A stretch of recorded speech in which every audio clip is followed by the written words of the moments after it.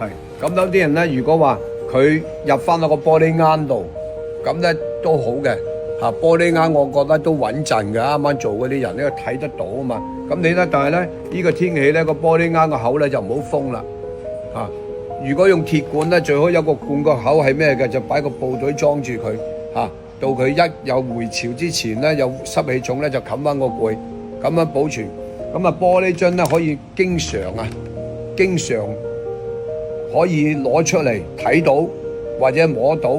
啱啱第一3年咧最緊要嘅3年，新皮啊3年，舊皮咧過咗3年之後，第4年之後咧，第5年之後咧，其實1年攞出嚟曬2次3次就好好噶啦。但係曬唔好超過1個鐘咯，仲要睇個太陽猛唔猛，千祈唔好曬到佢脆卜卜咯。我屋企擺嗰啲，我擺咗好多喺度。依家呢個冬天嘅北風，直情脆卜卜嘅，我都驚啊！嗰啲脆卜卜嗰啲未必係好事嚟嘅，所以微咩軟軟地咧好啊。但係依家呢啲咁乾爽已經夠噶啦。咁有冇？但係呢個咧唔係好脆嘅嚇，刮嘅。呢個新皮咁就好噶啦，唔好曬到佢咔聲啊！真係，我屋企就真係有30年。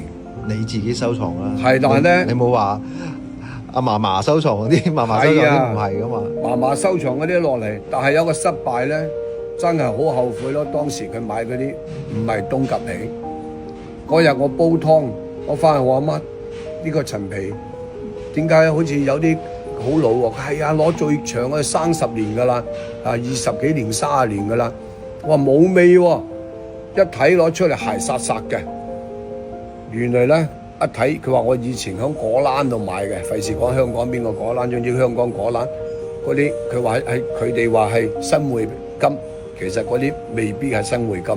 咁如果係你自己收藏嘅咧，咧，即係入到你眼嘅，你手上最老嘅係邊種？我而家手上最老嘅咧，有幾多年啊？寫字樓都有20幾年嘅，20幾年。係嗰啲唔賣㗎啦。有啲係點唔同咧？下期攞嚟分享睇睇。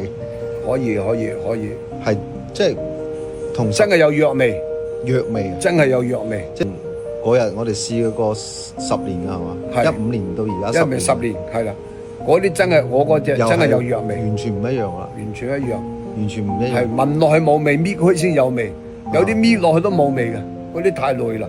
但係嗰隻金咧，我都唔知嗰時未識，究竟嗰啲係咪新會金？應該新會金係有味嘅，但係搣落都冇味。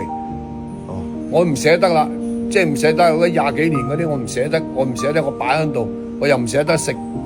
我真係咁樣。按照你認知裏邊咁，比如好似呢啲皮，最長可以擺到幾耐啊？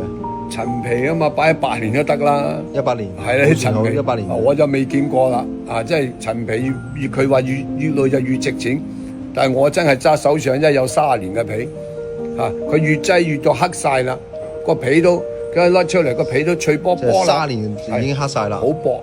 下次要見識下。係到時攞嚟睇睇啦。屋企有啲，同埋寫字樓有啲。即係我哋而家量多嘅咧，就係10年嘅皮，同埋嗰個一個18年嘅，一個15年嘅。咁啊，係幾多年開始會有藥效啊？我唔知道啊！我而家20幾年嗰啲，我真係聞到藥味。藥味，好似一種嗰藥錘嗰種味，一打開就係一種藥錘嘅味，係有咁嘅情況。